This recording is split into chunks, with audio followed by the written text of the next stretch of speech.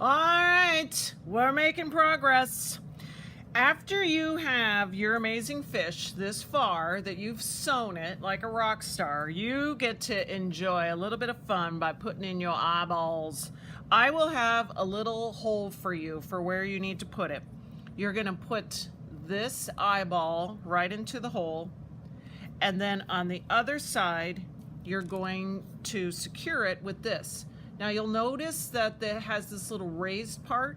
We don't want this to go against the eyeball. We want this part to be up, okay? So if it looks like a Cheerio to you, that's a problem. You want it to look like a lovely star there. You're gonna put the star on, you're gonna push it down until your little fingers hurt, and your eyeball will be firmly in place, and that is the cutest thing I've ever seen in my life. Now, here's the next thing. You're gonna flip it over, same dealio. Stick your little eyeball into the hole, flip it back around, star to the top. I would be thinking that by now you are starting to get excited because this thing is starting to actually look like a fish. So we got our little fishy, our little fishy there. Now we gotta stuff them. This is called batting. It's like a cloud. And what you're gonna do is you're gonna start here. Don't mess with your pipe cleaners, just ignore them. You're gonna put them in here. You're gonna start here. You don't need to push it toward all the way into the tail over here. You can just leave that alone. But you're going to get his body to start coming out here a little bit. If you can see that my staple job wasn't very good, we can do that later. Or if you have extra time, you could sew it, be like a little extra fancy. So it's almost like I am filleting my fish, or I'm mummifying it, and instead of taking things out, I'm putting things in. So I'm gonna take a little bit more. I'll just kind of put it in there. See if he looks like he needs a little bit more filling. I think he does. So we'll take a little bit more, stick it in here. So how you're always going to test it is you'll just kind of close it here and be like, do I like my fish? Is he everything I ever wanted him to be? Is he still, you know, kind of not squishy, too squishy? Do you want to stuff him a little bit more? Feel free, you can just kind of put it right in there.